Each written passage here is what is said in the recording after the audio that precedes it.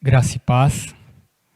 Ambiente novo, é um desafio para a gente se adaptar, mas eu quero, antes de iniciar, saudar a igreja, dizer da satisfação que eu tenho de estar aqui diante dos irmãos, com a igreja reunida, ainda que de forma online, para a gente estudar de forma conjunta a palavra de Deus. Quero, antes de iniciar aqui o nosso estudo, que vai passar pelo livro de Lucas, capítulo 15, versos 1 a 3, e Lucas 15, do 11 ao 32, é o texto que a gente vai trabalhar essa noite, fazer algumas considerações. Trouxe até no chaveiro do meu carro um distintivo de uma organização que fez parte da minha vida e faz parte da minha vida ainda. Não sei se os irmãos vão conseguir visualizar aqui. Estou mostrando um chaveiro dos embaixadores do rei. Eu guardo esse chaveiro comigo porque essa é uma instituição que me abençoou muito ao longo da minha vida e é uma organização que tem como principal objetivo levar e disseminar o evangelho, a palavra de Jesus Cristo. Alguns textos eles ficaram guardados no meu coração. Quando você vai até o Evangelho, a carta que Paulo escreve aos Coríntios, capítulo 5, a partir do verso 17, e isso tem muito a ver com o texto que a gente vai trabalhar hoje, você vai perceber que as pessoas que estão em Cristo, elas são novas criaturas, as coisas que elas faziam, elas já não fazem mais. O verso 19 do capítulo 5 da segunda carta que Paulo escreve aos Coríntios vai falar que Deus, através da pessoa de Jesus Cristo, ele fez um esforço e reconciliou toda a humanidade consigo mesmo. E o tema dos embaixadores do rei, vou mostrar aqui de novo. O tema dos embaixadores do rei é o seguinte: de sorte que somos embaixadores da parte de Cristo, como se Deus por nós vos exortasse. Rogamo-vos, pois, por Cristo, que vos reconcilieis com Deus. Esse é o texto de 2 Coríntios 5:20. O apóstolo Paulo continua, e ele vai dar uma explicação a respeito da justificação do pecado. Verso 21, o apóstolo Paulo vai falar que aquele que não conheceu o pecado, ele está falando de Jesus Cristo, ele se tornou pecado na cruz, para que fôssemos feitos justiça diante de Deus. Essa é a mensagem principal do Evangelho. Desafio você a fazer parte desse movimento, ser também um embaixador de Jesus Cristo aqui na Terra. Temos essa função. E tenho tido um contato com um escritor, o nome dele é Abraham Kuyper. Ele viveu ali na virada do século XIX para o século XX, e ele primeiro foi um pastor, depois ele foi um teólogo, e depois ele foi ocupar cargos altos na política holandesa, chegou a ser primeiro-ministro da Holanda, e ele dizia o seguinte: a sua principal ideia é que o cristianismo ele é vivido através de algumas esferas. Independente da esfera que você atue, seja na esfera familiar, como pai, como mãe, seja na esfera acadêmica, como aluno ou como professor, seja na esfera profissional, como um funcionário, como um patrão, como um servidor público, seja na esfera política, como Abraham Kuyper foi também, você precisa glorificar o nome de Deus. Isso é importante, né? Precisamos viver um cristianismo de forma integral, e eu quero ler com você aqui o Evangelho de Lucas, capítulo 15, a gente vai fazer um recorte, a gente lê primeiro o verso 1 até o verso 3, depois a gente vai ler do 11 até o 32. Esse texto é muito conhecido, eu vou fazer uma leitura relativamente rápida, e aí vou tratando dos principais pontos com você. Quero te dar um recado. Esse texto ele tem mexido muito comigo, e ele penetrou de uma forma extremamente profunda no meu coração. Sabe por quê? Porque aqui a gente tem as palavras de Jesus Cristo. E Jesus Cristo ele tinha algumas metodologias quando ele queria explicar algumas coisas para as pessoas que estavam ao seu redor. E uma dessas formas que ele utilizava era as parábolas. Jesus Cristo lançava a mão de algumas parábolas, e nesse texto Preste atenção no que eu estou falando para você. Nesse texto, Jesus Cristo está derramando a essência do seu evangelho para as pessoas que estavam o ouvindo. Então não leia de forma nenhuma esse texto de maneira rasa. Hoje, enquanto a gente tiver tempo, a gente vai explicar e trazer algumas realidades que podem ser aplicadas na sua vida. E a partir da compreensão exata desse texto e das implicações que ele traz, eu quero dizer algo que pode soar como audacioso, mas eu quero dizer que você vai resolver todos os problemas da sua vida. Falo isso com segurança porque a gente está falando do Evangelho de Jesus Cristo. Se você prestar atenção nessas palavras e nos ensinamentos de Jesus, a partir desse texto, todos os problemas da sua vida, eles vão ser totalmente diminuídos. Acompanhe comigo o texto, Lucas 15, verso 1. Chegavam-se a ele todos os cobradores de impostos e pecadores para o ouvir. Mas os fariseus e os escribas murmuravam: este recebe pecadores e come com eles? Então Jesus lhe propôs esta parábola. Verso 11. Jesus continuou: certo homem tinha 2 filhos. O mais moço deles disse ao pai: pai, dá-me a parte dos bens que me pertence. E o pai partiu os seus bens entre os 2 filhos. Poucos dias depois, o filho mais novo, ajuntando tudo, partiu para uma terra longínqua e ali desperdiçou os seus bens, vivendo dissolutamente. Tendo ele gastado tudo, houve naquela terra uma grande fome e começou a padecer necessidades. Então ele foi e se achegou a um dos cidadãos daquela terra, o qual mandou para os seus campos para apacentar porcos. Ele desejava encher o estômago com as alfarrobas que os porcos comiam, mas ninguém lhe dava nada. Então, caindo em si, disse: quantos trabalhadores de meu pai têm abundância de pão, e eu aqui pereço de fome? Levantar-me-ei e irei ter com meu pai, e dir-lhe-ei: pai, pequei contra o céu e perante ti.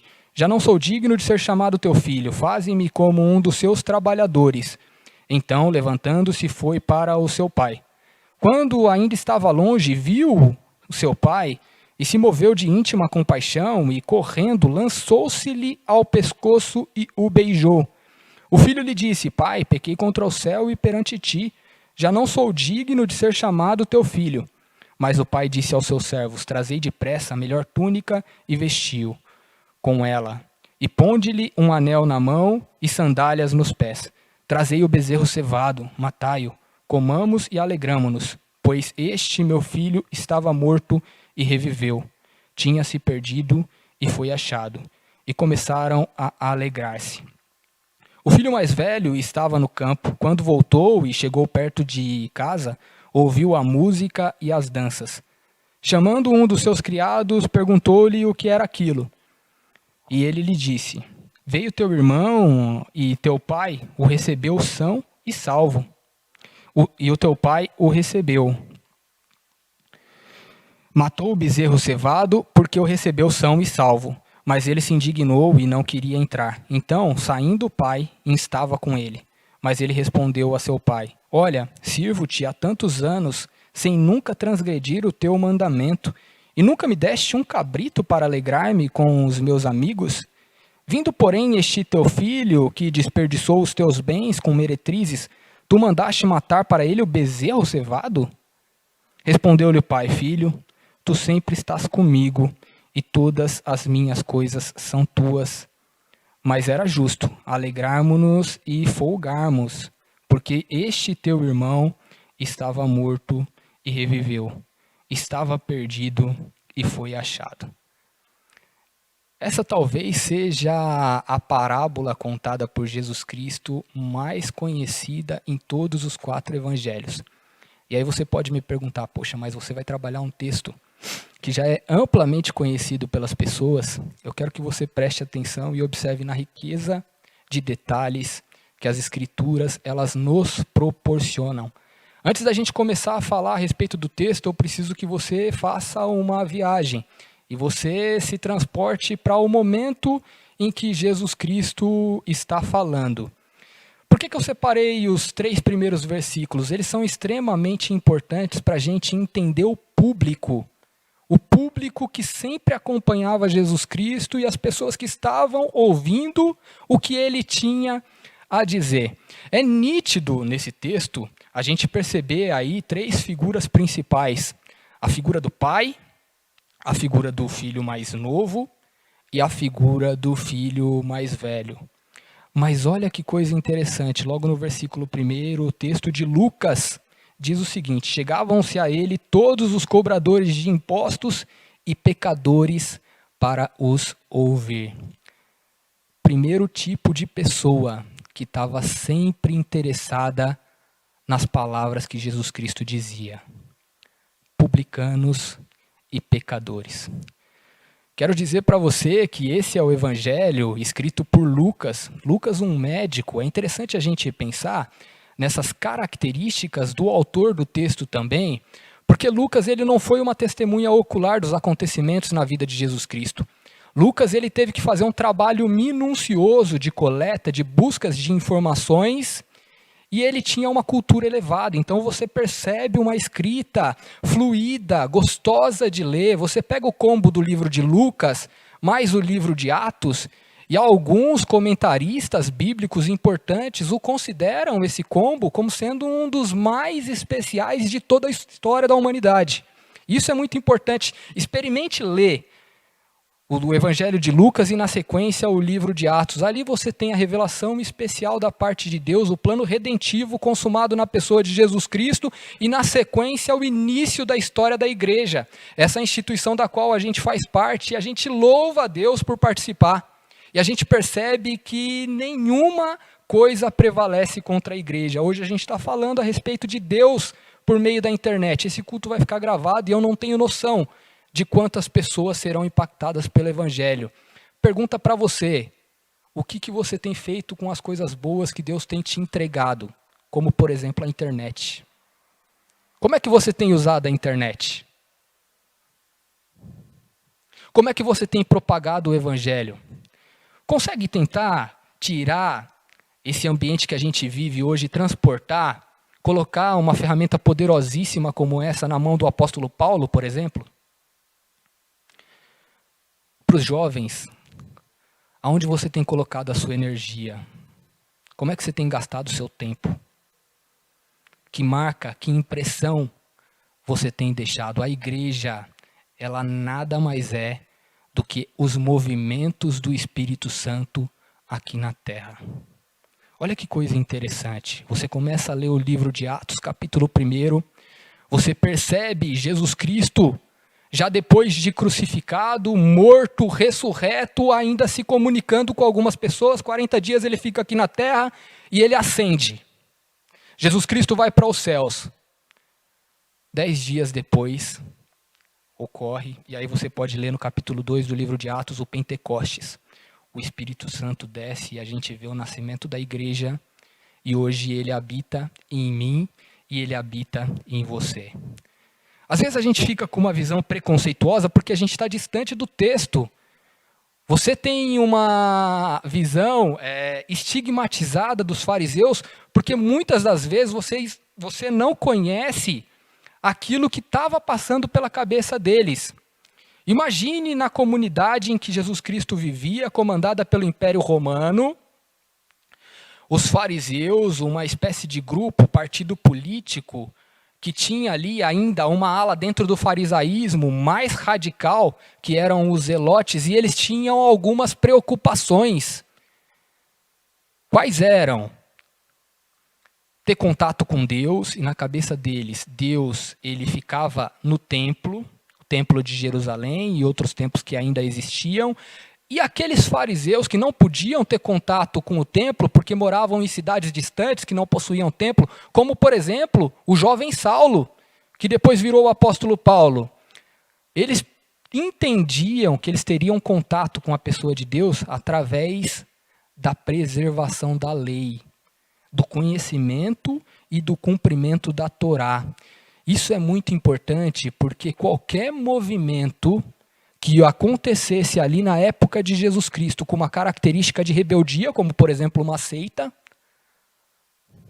isso atrasaria, segundo a visão dessas pessoas, a chegada do Messias. Consegue entender? Entrar um pouquinho na cabeça do jovem Saulo, quando ele sai de Tarso, vai para Jerusalém, e ele compactua daquele apedrejamento de Estevão. Ele está plenamente consciente de que Estevão está proclamando uma seita a respeito do cristianismo. Ele não entende. E tudo aquilo, aquele movimento, o afastaria da chegada do Messias. Os fariseus, eles sempre acompanhavam Jesus Cristo para o ouvir, mas eles tinham essa característica. Eles eram pessoas moralmente muito boas. Mas aqui o primeiro grupo, o grupo que chama a atenção, nesse primeiro versículo, são os pecadores e publicanos. Pecadores e publicanos, que sempre estão diante de Jesus Cristo, enquanto ele está proferindo o Evangelho, está soltando palavras de salvação. E essa proximidade de Jesus Cristo com esse grupo, tido pelo grupo dos fariseus e dos escribas como pecadores, causava um incômodo tremendo. Só para vocês terem ideia, né, das características desse primeiro grupo de pessoas, os publicanos, eles eram judeus arregimentados pelo Império Romano para cobrar impostos da comunidade judaica. Então você percebe como eles não eram benquistos ali? Então é como se eles fossem pinçados pelo Império para trabalhar para o Império e cobrar o imposto. Até aí, tranquilo. Mas a prática nos conta que a maioria dos publicanos cobrava muito além do que o Império solicitava, porque era dali que eles retiravam seus lucros. Então, para você entender como que os evangelistas descrevem essas pessoas, você precisa se aproximar do texto. E esses publicanos, quando Jesus passava, eles queriam ouvir o que esse Jesus estava falando. Não só eles, como os pecadores. E nessa parábola do filho pródigo e Jesus Cristo, a gente está falando do maior pregador de todos os tempos. Jesus Cristo, ele era econômico com as palavras, cirúrgico, não tem nada fora de sentido, fora de contexto aqui no Evangelho. Sabe quem que faz referência aos publicanos e aos pecadores? O filho mais novo. Olha que coisa interessante. Olha como essa parábola vai mexer com o público que está falando com Jesus Cristo. Ele não está soltando palavra a esmo. O próprio Lucas, ele vai trazer características de Jesus, porque ele era médico, características fisiológicas. Então você percebe no Evangelho de Lucas, por exemplo, quando Jesus Cristo está lá no Getsêmani, que significa a prensa do óleo, Jesus Cristo como sendo a oliveira verdadeira, ele sendo moído por conta das nossas transgressões, ele vai descrever um fenômeno físico que a gente às vezes não consegue entender. A pressão psicológica em Jesus Cristo, espiritual, era tão grande por causa do meu e do seu pecado, que Jesus Cristo começou a transpirar sangue. E o fato de ser um médico descrevendo esse evento nos dá extrema credibilidade. Extrema credibilidade. Jesus Cristo transpirou sangue ali no Getsêmani.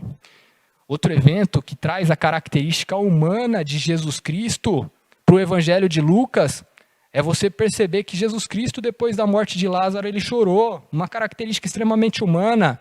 Jesus Cristo, depois de uma longa pregação, estava na popa do barco e ele dormiu. Uma característica humana. E as palavras de Lucas são importantes para defender algumas heresias que vão aparecer depois na história da igreja, que algumas pessoas vão falar que Jesus Cristo não era o Deus encarnado. Então tem sentido. Faz muito sentido. Quero voltar para o texto para falar do segundo grupo de pessoas que acompanhavam Jesus Cristo nessa parábola que ele estava contando para as pessoas, derramando o seu evangelho para eles.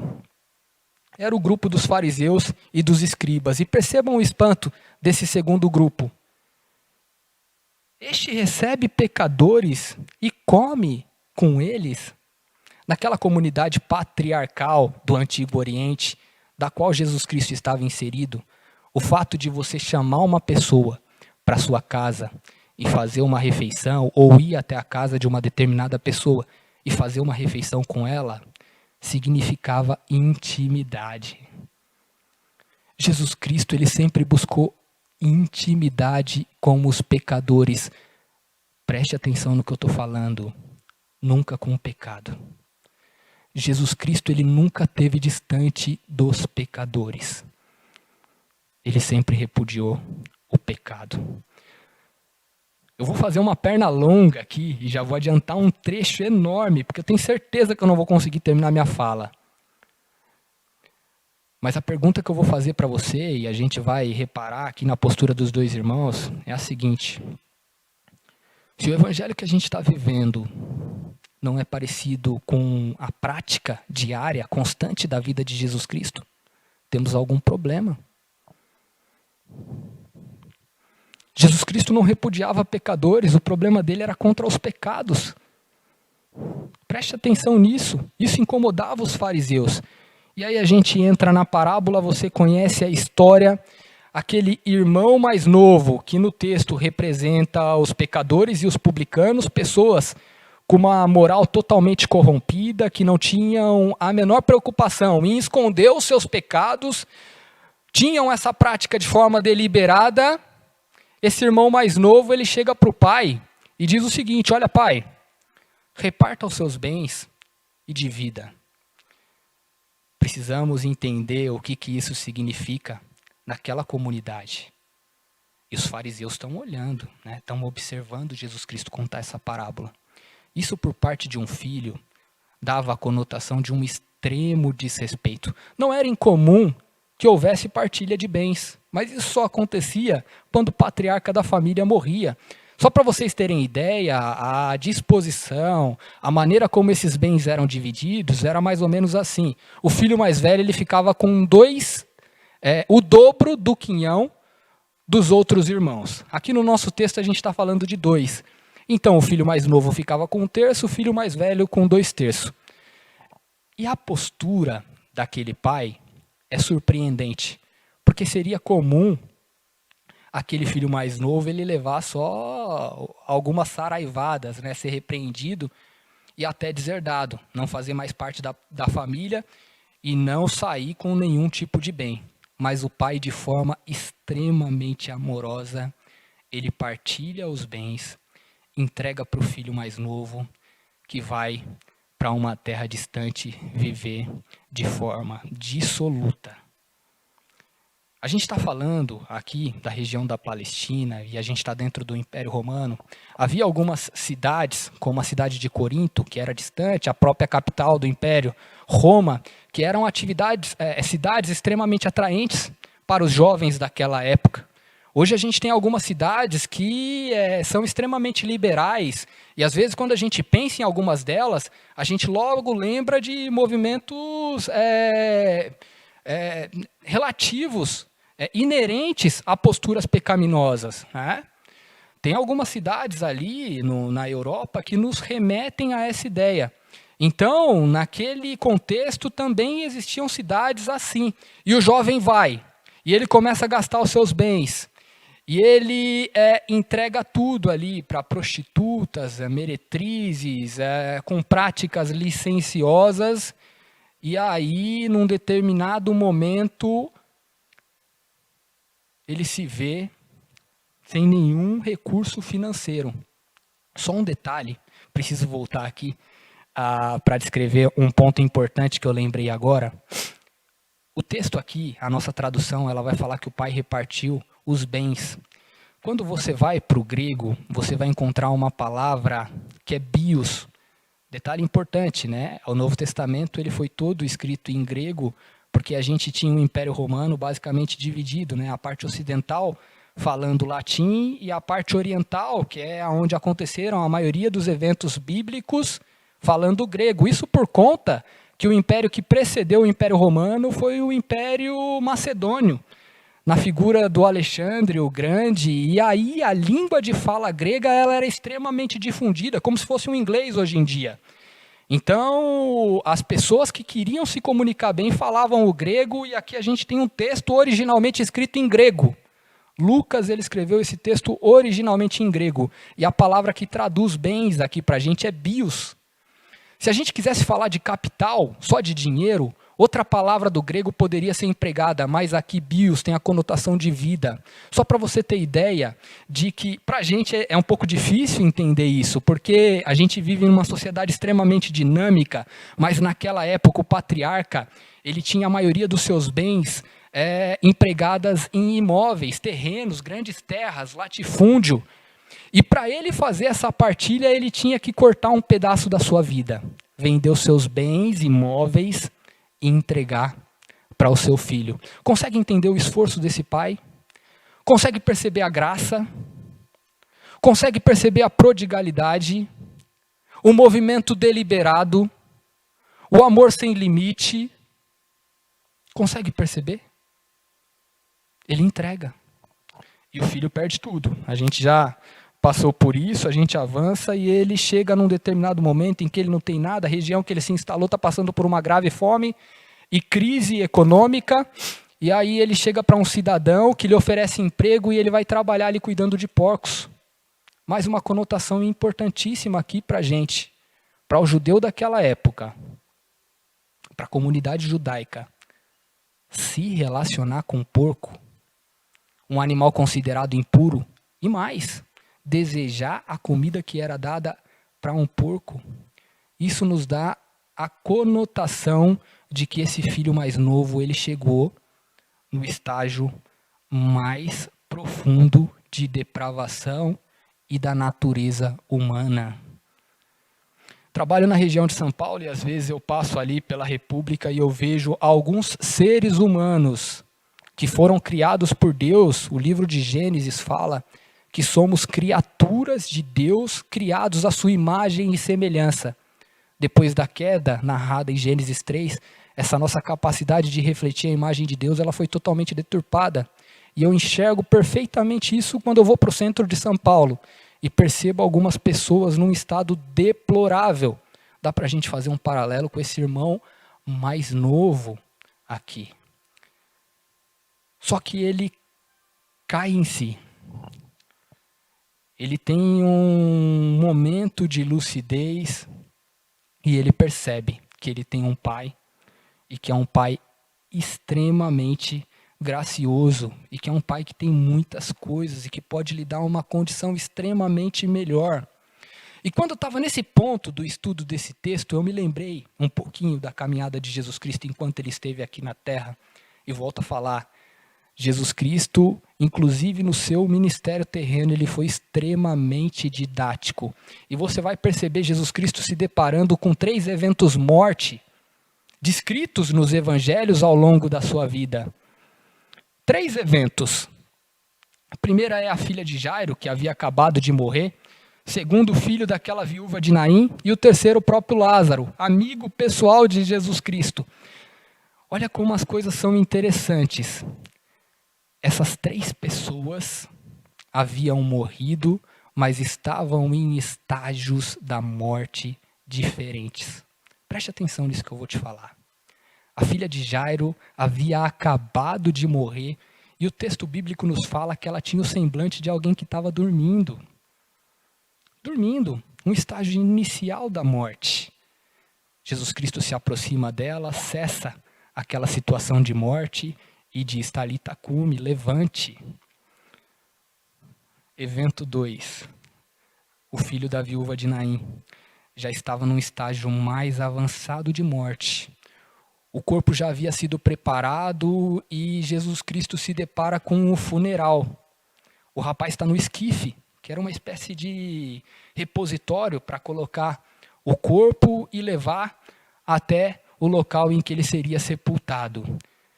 Jesus Cristo toca no esquife, cessa o estado de morte e aquele menino se levanta. Evento 3.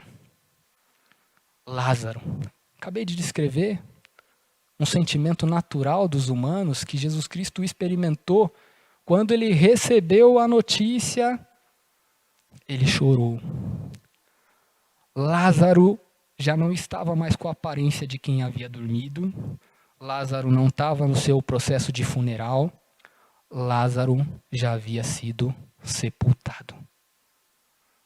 que os evangelhos, de forma amarrada, eles nos dizem com isso? Eu quero lançar essa palavra para você agora. Não importa o estágio da sua morte espiritual. Esse é Jesus Cristo.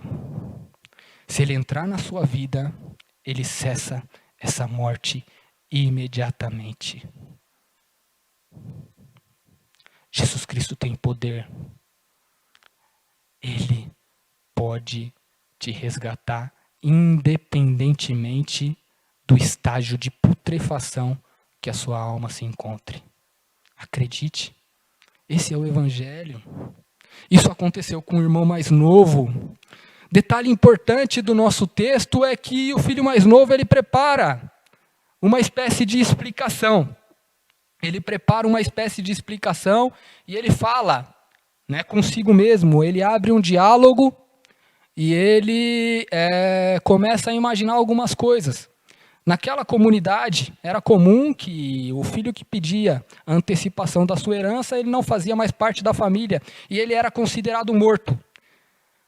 Mas ele pretende chegar para perto do seu pai e falar: olha, pai, me dá uma condição para que eu trabalhe com um dos seus empregados. E aí, na medida que as coisas forem acontecendo, eu vou pagando a minha dívida. E quiçá, algum dia, quiçá, eu possa fazer parte da família. Mais um detalhe importante. Esse filho não tinha absolutamente nada. E ele retorna para o pai de mãos vazias. Característica marcante desse nosso evangelho. Do evangelho de Jesus Cristo, o evangelho da salvação. Quando você se dirigir a Deus, se apresente de mãos vazias. Não traga nada. O efeito prático não seria o mesmo se ele carregasse algumas moedas ou uma parcela dos seus bens para falar: olha, eu ainda tenho isso para apresentar, não. Sabe por quê? Porque o mérito na salvação do homem, na salvação de qualquer ser humano, ele é totalmente de Deus. Ele faz a obra completa. Não volte para Deus cheio de prerrogativas. Se você está num estado extremamente deplorável, cheio de pecados, pornografia, acesso à internet de forma equivocada, utilizando os bens e as coisas maravilhosas que Deus criou de forma corrompida, porque o problema está sempre na relação que o homem estabelece com essas coisas. A gente tem problema de se relacionar com a internet, né? A gente tem problema. Mas se você bem usar essa maravilha que Deus criou, você vai produzir coisas maravilhosas. A gente tem problema com a nossa liberdade sexual, algo que Deus criou, mas a gente desvirtua esse relacionamento. A gente tem problema com a comida, sabia?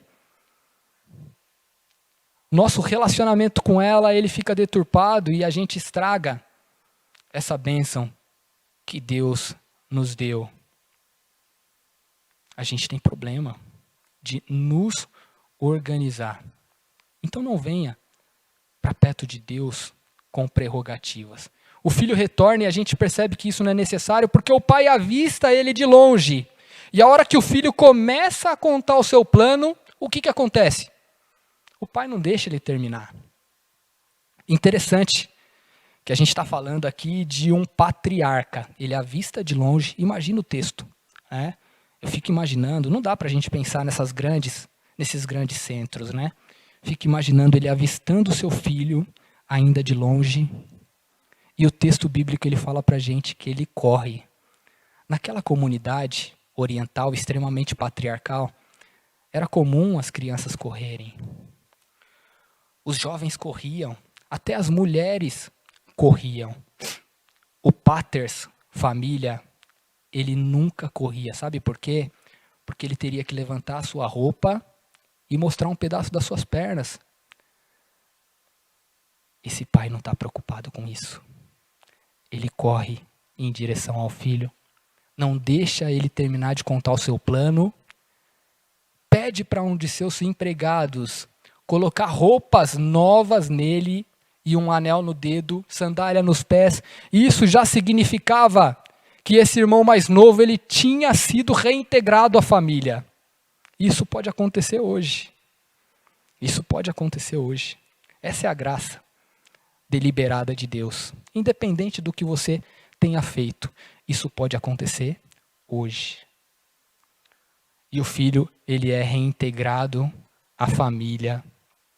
E aí interessante, né, que naquela comunidade, as refeições, elas eram eminentemente sem carnes. Carne era praticamente um elemento de luxo, né, que era utilizado somente quando havia algumas festas e ocasiões bem especiais.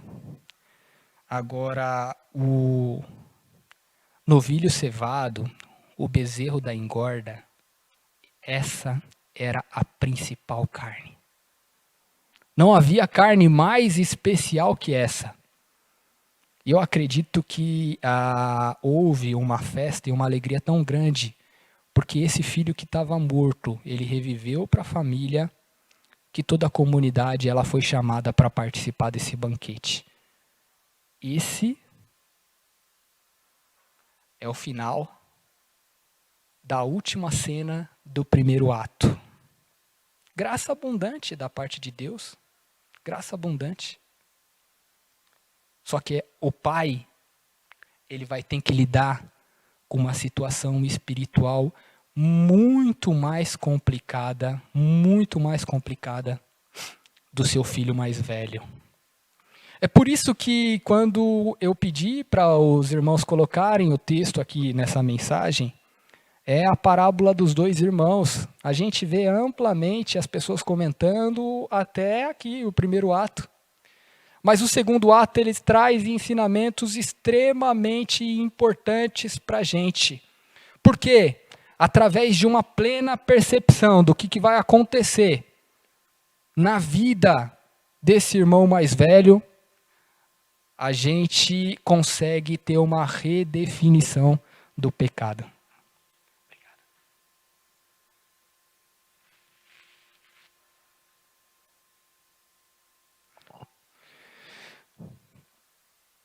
Vamos analisar aqui o irmão mais velho. Eu vou pedir só para os irmãos aqui controlarem o meu horário, pode sinalizar, a hora que tiver que parar, a gente para, tá bom? Isso daqui é uma mensagem, viu, pastor Geander, para a gente tratar em 3, 4, 5 cultos, fazer uma série de mensagens a respeito dessa parábola que traz verdades impressionantes. E o filho mais velho, ele traz os seguintes ensinamentos para a gente. Vamos lá. A partir do verso 25, o filho mais velho estava no campo e quando voltou, chegou perto de casa, ouviu a música e as danças. E ele chamou um de seus criados e perguntou o que estava acontecendo. E ele lhe disse: veio teu irmão, teu pai matou o bezerro cevado, porque o recebeu são e salvo. Detalhe importante, lembra lá no início como é importante a gente fazer um exercício de aproximação do texto? Primeiro grupo dos irmãos mais novos, do irmão mais novo, está sendo representado aqui, representando os pecadores e publicanos. Segundo grupo de fariseus e escribas é representado pelo irmão mais velho. Eu quero dizer para você o seguinte, perceba o comportamento diferente desses dois irmãos. O irmão mais velho, quando ele percebe que o pai, que havia repartido os bens da família, entregado para o irmão mais novo, recebe esse irmão, que tinha sido considerado morto e desonrou tanto a família, de volta para a comunidade, ele fica extremamente decepcionado. Extremamente decepcionado. Essa é a postura do irmão mais velho. Comportamentos diferentes, mas corações extremamente parecidos. E aqui é importante que a gente entenda a natureza do pecado. O principal pecado que você comete é aquele que te aliena, te afasta de Deus. E eu quero dizer um negócio para você hoje, e você precisa me entender. há basicamente duas formas de você se alienar de Deus. A primeira é sendo muito mal, tendo uma vida devassa, profana, sem esconder os seus pecados de ninguém, vivendo de forma deliberadamente pecaminosa. É um ponto de alienação representado no momento inicial da vida do irmão mais novo. E o segundo ponto é você sendo extremamente bom. Presta atenção no que eu vou te falar agora. Você pode se alienar de Deus sendo extremamente bom. Observe a postura desse irmão mais velho. Quando ele percebe a situação da qual ele está diante, ele começa a apresentar uma série de credenciais que ele foi adquirindo ao longo de toda a sua vida. Ele mostra a sua ficha de serviço para o seu pai. Olha tudo que eu já fiz. Olha todo o meu comportamento ao longo da minha vida.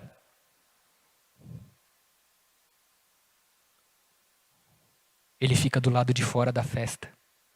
Consegue entender os fariseus absorvendo essas informações da parábola? O pai, de forma graciosa, novamente, ele se dirige até o filho mais velho e vai solicitar que ele entre, comemore o retorno do irmão mais novo. E aí o irmão mais velho apresenta essa ficha. Posturas diferentes, corações parecidos.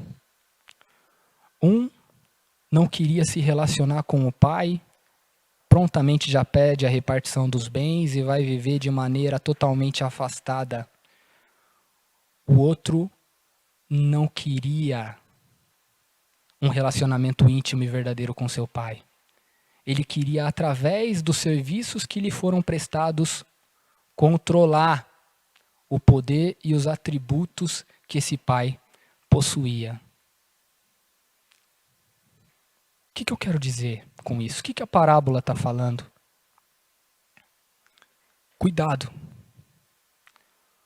Cuidado com as suas práticas. Cuidado com aquilo que você tem tido como principal fundamento da sua vida. Os fariseus, eles eram pessoas extremamente morais. Eu fico imaginando, e às vezes a gente percebe dentro de algumas comunidades cristãs, pessoas que têm um comportamento extremamente íntegro, reto, aparentemente muito boas, mas estão alienadas da vontade de Deus. Ponto de preocupação aqui, meu irmão, independente da quantidade de tempo que você tenha na igreja, independente da quantidade de tempo que você tenha na IBBC ou em qualquer outra igreja local, que você seja parte e que você esteja assistindo agora. Jesus Cristo, ele pode ser várias coisas para você. Pode ser a sua inspiração, Jesus Cristo pode ser o seu conselheiro, mas se ele não for o seu salvador, o seu destino não vai ser passar a eternidade com Deus. Eu quero encerrar, a gente já está partindo para o final. Tem vários detalhes desse texto aqui que a gente teve que pular por conta do tempo. O texto ele é muito rico. Dá para a gente falar de redefinição de pecado, redefinição de salvação. Quando a gente olha para esse movimento aqui do filho sendo recebido de forma deliberada, aparentemente você vai pensar assim, poxa, mas não teve ninguém que precisasse pagar o preço? Teve.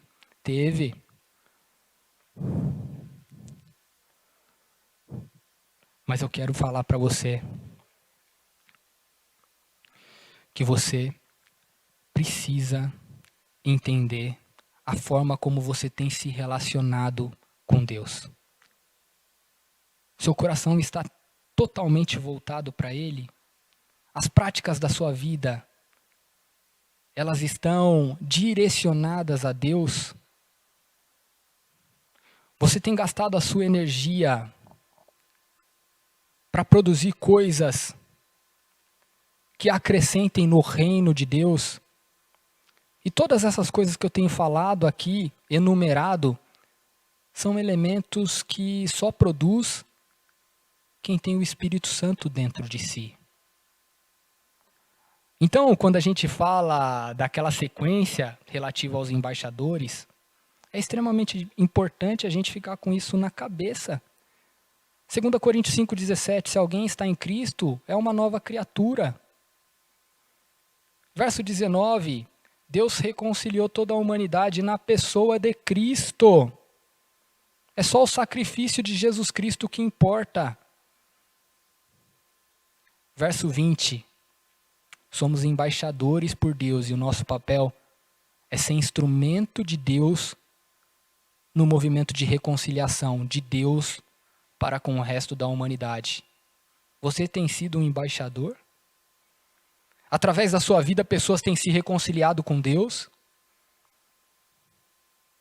Tem sido um instrumento de bênção na vida das pessoas? Ou pedra de tropeço? Movimento de irmão mais velho, você se incomoda quando irmãos mais novos se achegam para perto de Deus? Se na sua comunidade de igreja local entrasse uma prostituta, um político corrupto, como é que você o receberia?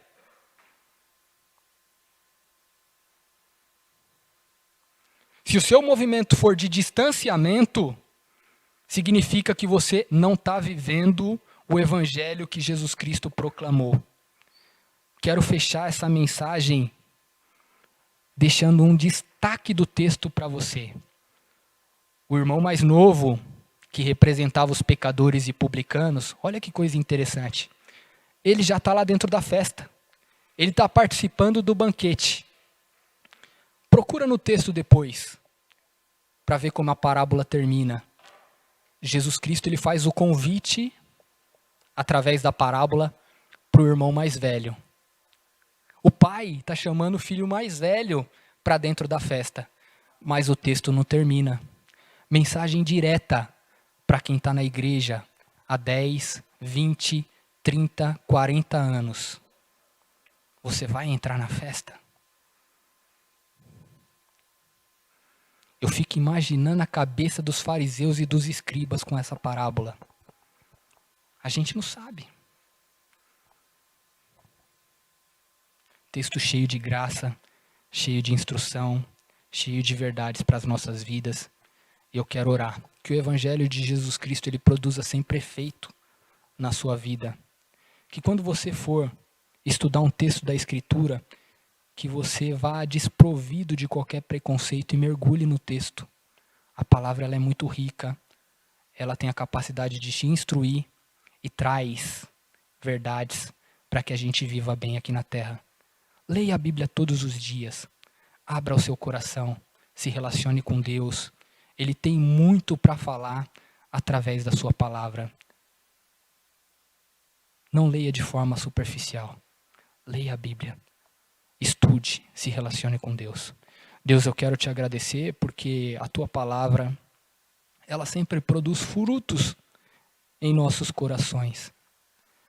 Eu te agradeço pela oportunidade de mais uma vez poder dividir do teu evangelho com a comunidade local, a igreja aqui Batista em Brás Cubas e com as demais pessoas que podem ouvir através desse maravilhoso instrumento que o Senhor criou, que é a internet. Que o Senhor complete a tua palavra, que o Senhor produza frutos e que as pessoas sejam impactadas pelo teu amor. Confiamos em ti e sabemos que o Senhor tem o melhor, não só para as nossas vidas, mas para toda a humanidade e toda a criação. Te agradeço de forma especial pelo sacrifício que foi realizado por Jesus Cristo na cruz, que nos traz a paz, nos trouxe reconciliação e tão grande salvação. E é em nome dele que eu oro. Amém.